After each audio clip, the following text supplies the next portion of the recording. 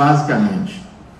O porto existe, porque existe uma concentração urbana, essa concentração urbana cresce porque tem um porto, e há aí uma troca de energia positiva.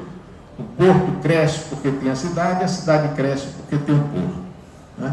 Então, essa dinâmica, ela é extraordinária, mas o que a gente precisa observar é o seguinte: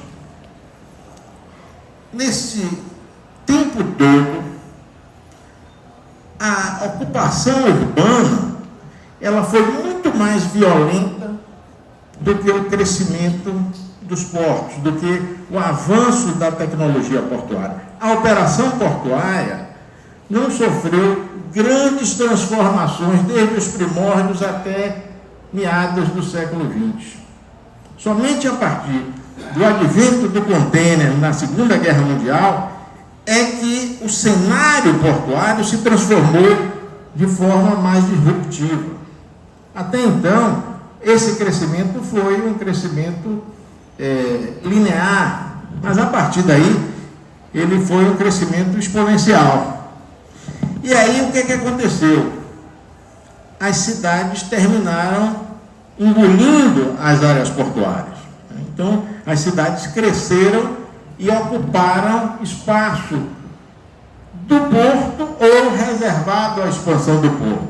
Essa realidade aconteceu aqui na Bahia, acontece aqui em Salvador, acontece nos principais portos do mundo, e nós estamos vendo aí nos principais portos do mundo programas de revitalização de área portuária. É assim em Porto Madeiro, na Argentina, o Waterfront na África do Sul, o Bayside em Miami, o Pier 17 em Nova York, Yokohama, o mundo inteiro tem exemplos de áreas que foram áreas portuárias e que se transformaram, deram outra destinação por conta de que o avanço da cidade se deu antes da necessidade de avanço do porto. Mas a partir do advento do contêiner, com a Segunda Guerra Mundial, as guerras sempre são momentos de crescimento, né? Alguma coisa de positivo tem que existir, mas sempre depois da guerra, quando o sujeito é colocado numa situação extrema, a capacidade inventiva ela é levada a um potencial diferenciado. Então, o contêiner surgiu disso. Experiências iniciais que foram feitas para uso de armamento, de medicamento durante a guerra, depois foram adaptadas à realidade comercial e, depois de inventado o contêiner, é algo que não tem retorno. Só que o contêiner, ele revoluciona não somente o porto, a área do porto, mas a indústria naval, a indústria de equipamentos, porque a lógica da operação portuária se modificou completamente. O que antes era um içamento de carga, ainda que mecânico, passou a ter a necessidade de espaço grande para armazenagem matricial. Os pátios de contêiner são matrizes, né?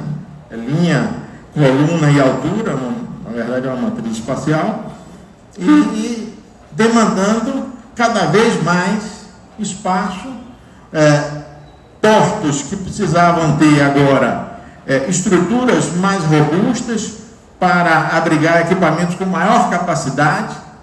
Um contêiner de 20 pés pode pesar em torno de 24 toneladas, um contêiner de 40 pés vai a 36 toneladas. Os equipamentos modernos de movimentação de contêiner, que o Porto de Salvador já tem, são capazes de movimentar simultaneamente 2 contêineres, o que facilita, agiliza as manobras de operação.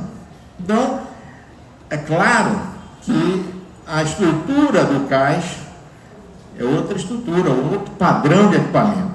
Então, o cais de peso, a estrutura de alvenaria existente na imensa maioria desses portos, teve que ser substituída por modernas estruturas de concreto protendido, de concreto armado, e isso provocou uma transformação enorme no cenário portuário. Os equipamentos também tiveram que se adaptar,